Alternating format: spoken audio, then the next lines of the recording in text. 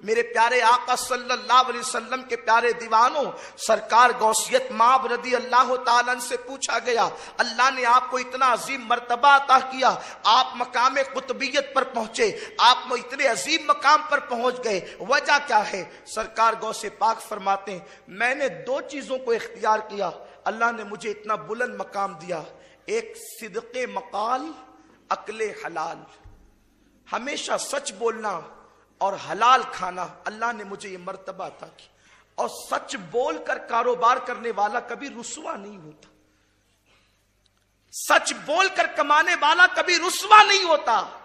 یہ شیطانی خبط ہے، یہ شیطانی وسوسہ ہے کہ صحیح بولیں گے تو ترقی نہیں ہوگی۔ مسلمان یہ سوچ سکتا ہے؟ مومن یہ سوچ سکتا ہے؟ نہیں، ہرگز نہیں۔ مسلمانوں سچ کو لازم پکڑو۔ آقا علیہ السلام فرماتے ہیں سچے تاجروں کو اللہ قیامت کے دن نبیین کے ساتھ اور صدیقین کے ساتھ اٹھائے گا، انبیاء اور صدیقین کے ساتھ ان کا حشر ہوگا۔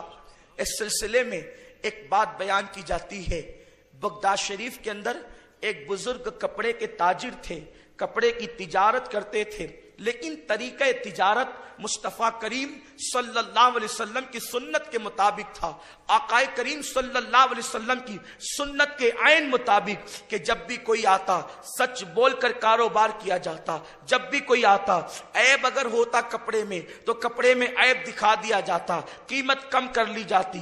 اذان کا وقت ہوا، بزرگ اپنے غلام کو دکان پر بٹھا کر مسجد کی طرف تشریف لے گئے۔ جب نماز پڑھ کر فارغ ہوئے اور واپس تشریف لائے تو غلام نے خبر دی حضور ایک قافلہ گزر رہا تھا، گزرتے ہوئے قافلے میں سے ایک یہودی تھا، اس نے جو ہے وہ کپڑے کا پورا تھان خرید لیا، اور چونکہ گلے پر تالا لگا ہوا تھا تو میں نے وہ پیسے اپنے پاس رکھ لیے، اب آپ اپنی امانت کو لے لیں۔ انہوں نے کہا کون سا تھان بیچا تو نے؟ اس نے تھان بتایا۔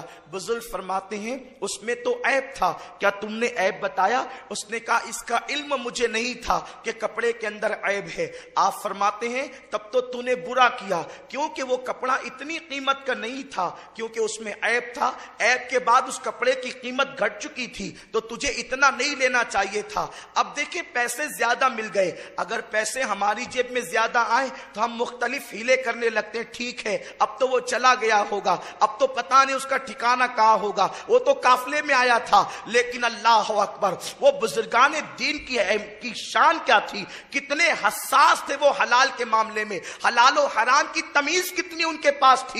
فرماتے ہیں کہ اس کے پیسے لا، پیسے لیے اور فرمایا کہ جلدی سے گھوڑا تیار کر، بتا قافلہ کدھر گیا ہے۔ اپنے گھوڑے پر سوار ہوئے اور سوار ہونے کے بعد جب وہ چل پڑے ہیں تو تھوڑی ہی دیر تک کے گھوڑا دوڑایا تھا کہ وہ قافلے سے جا ملے۔ قافلے والے ایک منزل پر اتر کر کے جو ہے وہ کھانے پینے کی تیاریوں میں مصروف تھے۔ جب گئے تو قافلے میں انہوں نے زور سے اعلان کیا کون وہ شخص ہے، کون وہ مسافر ہے جس نے بغداد کی سرزمین سے فلاں دکان سے کپڑے کا تھان خریدا ہے۔ ایک یہودی آیا، اس نے کہا میں نے خریدا ہے، کیا بات ہے؟ تو کہا کہ سن، اس دکان کا مالک میں ہوں، میرے غلام سے غلطی ہوئی ہے، اس نے عیب دار کپڑا عیب بتائے بغیر تجھے بیچ دیا ہے۔ میں مسلمان ہوں، میرا مذہب اس کی اجازت نہیں دیتا کہ کسی کو دھوکہ دیا جائے، اس لیے کہ میرے رسول نے فرمایا سچا مومن، کامل مومن کسی کو دھوکہ نہیں دیا کرتا۔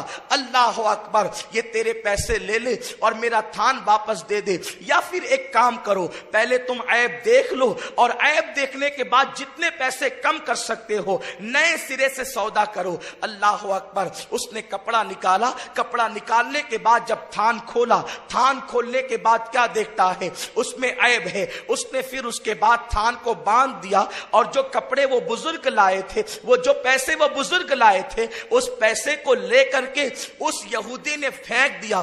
جب زمین پر پھینک دیا ہے تو اس کے بعد وہ اس نے دوسرے روپے اپنی تھیلی سے نکالے اور نکالنے کے بعد اتنے ہی روپے گن کر کے اس بزرگ کے ہاتھ میں دے دیا، اور ہاتھ میں دینے کے بعد کہا ذرا ہاتھ بڑھائیے اور کلمہ پڑھ کے مجھے بھی مسلمان کر دیجئے، مجھے اسلام میں داخل کر دیجئے۔ انہوں نے کلمہ پڑھایا اور اسلام کے اندر داخل کر دیا۔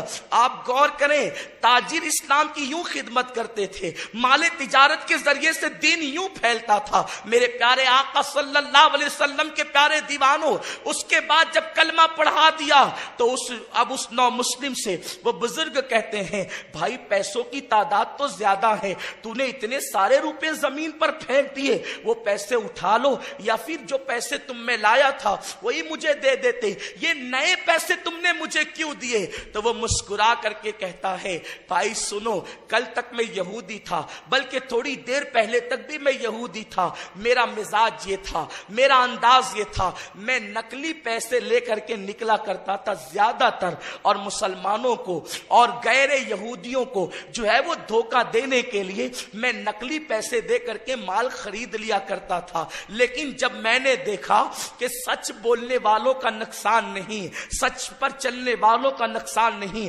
صداقت پر چلنے والوں کا نقصان نہیں، اگر تم یہ پیسے کھوٹا مال دے کر کے رکھ لیتے تو تمہارے مقدر میں نقلی پیسے آتے، لیکن تم نے مجھے نقصان سے بچانے کے لیے یہاں تک کا سفر کیا تو میرے ضمیر نے گوارا نہ کیا کہ جو مجھے نقصان سے بچانا چاہتا ہو میں اس کو نقصان پہنچاؤں، اس لیے میں نے نقلی پیسے پھینک دیے، اب تمہارے ہاتھ میں جو اصلی پیسے ہیں وہ میں نے پیسے دیے ہیں تاکہ تم نقصان سے بچ جاؤ۔ میرے پیارے آقا صلی اللہ علیہ وسلم کے پیارے دیوانوں، ان کو اتنا مال بھی ملا، سچ بول کر کے سودا بھی بکا، اور اس کی برکت سے اللہ نے ایک کافر کو ایمان کی دولت بھی عطا کر دی۔